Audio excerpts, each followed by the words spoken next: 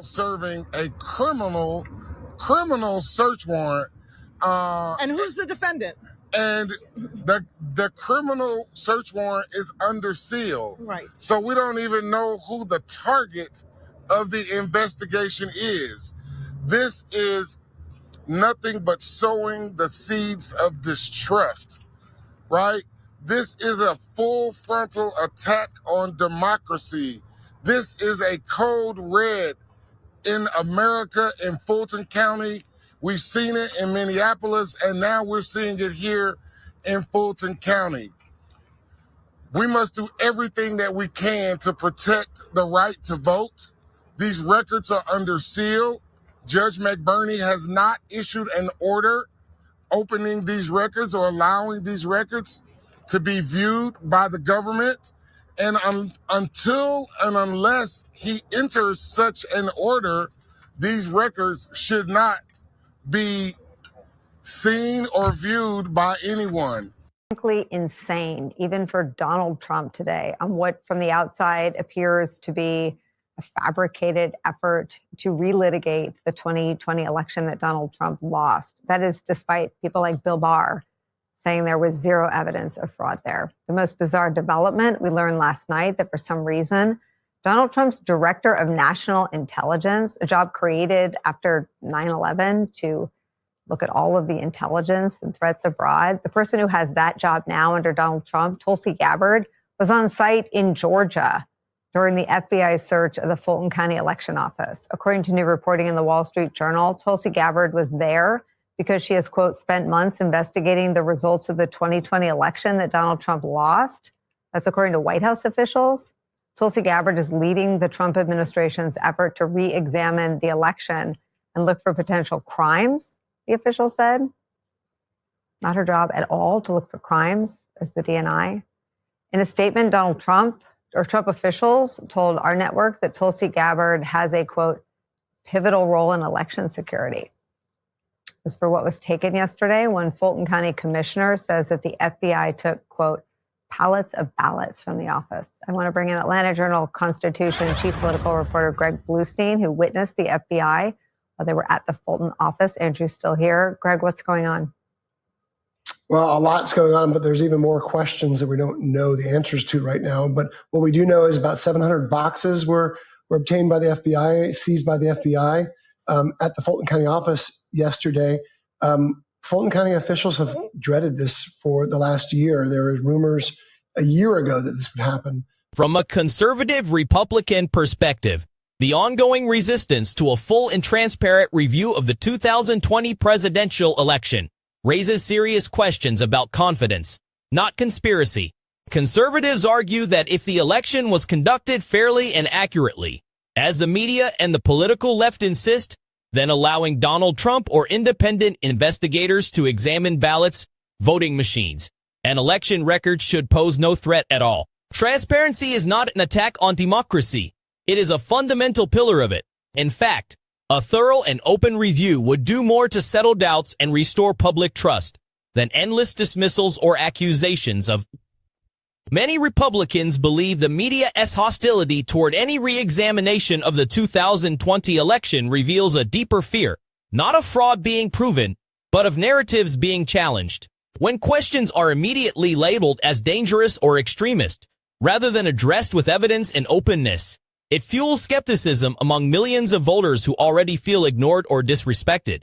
If nothing improper occurred, then investigations would only confirm that reality and, in doing so, potentially prove Donald Trump wrong. That outcome should be welcomed by anyone confident in the system. Instead, what conservatives observe is a pattern. Scrutiny is portrayed as subversion, while blind trust is demanded without debate. This approach undermines confidence far more than transparency ever could. Republicans are not arguing against election results simply because their candidate lost. They are arguing for consistent standards, equal oversight, and the right to ask questions without being silenced. In a healthy republic, elections should be strong enough to withstand audits, recounts, and criticism because truth does not fear examination. If America wants unity and restored faith in its institutions, transparency should not be resisted. It should be embraced. Before anyone claims that questioning election results is somehow unprecedented or exclusive to Republicans, let me remind you what Democrats themselves said after the 2016 election.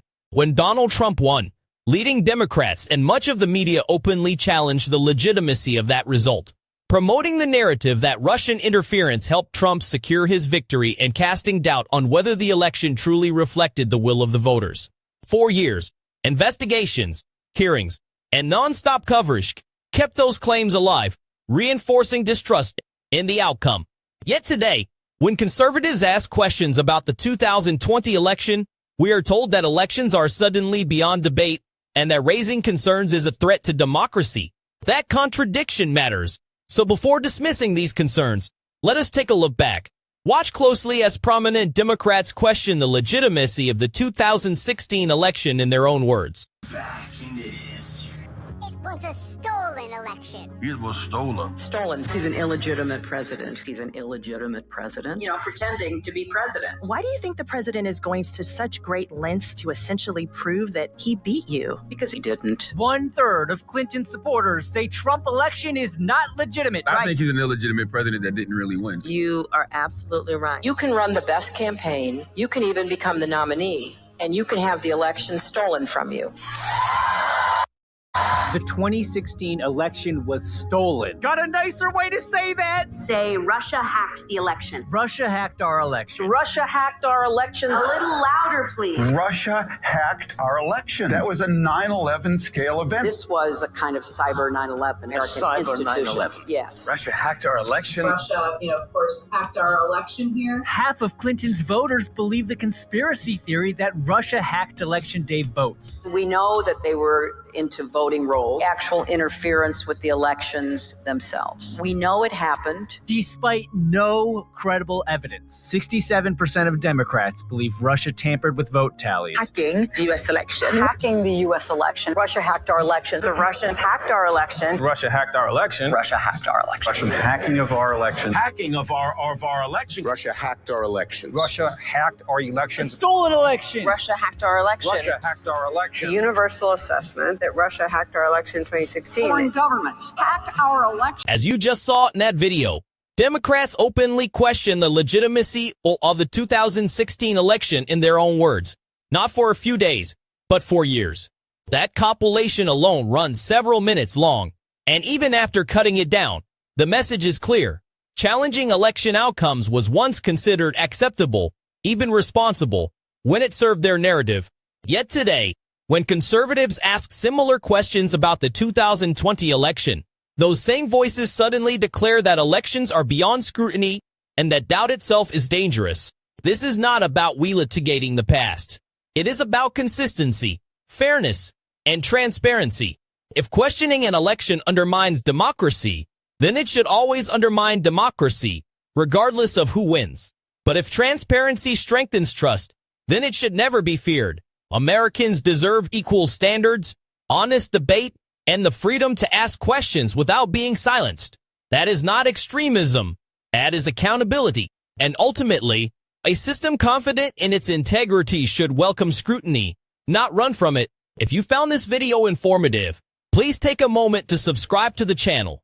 Your support helps keep these conversations going and allows this channel to continue bringing you independent commentary, full context, and perspectives you will not always hear from the mainstream media. Make sure to like this video to help it reach more people, and leave a comment below with your thoughts.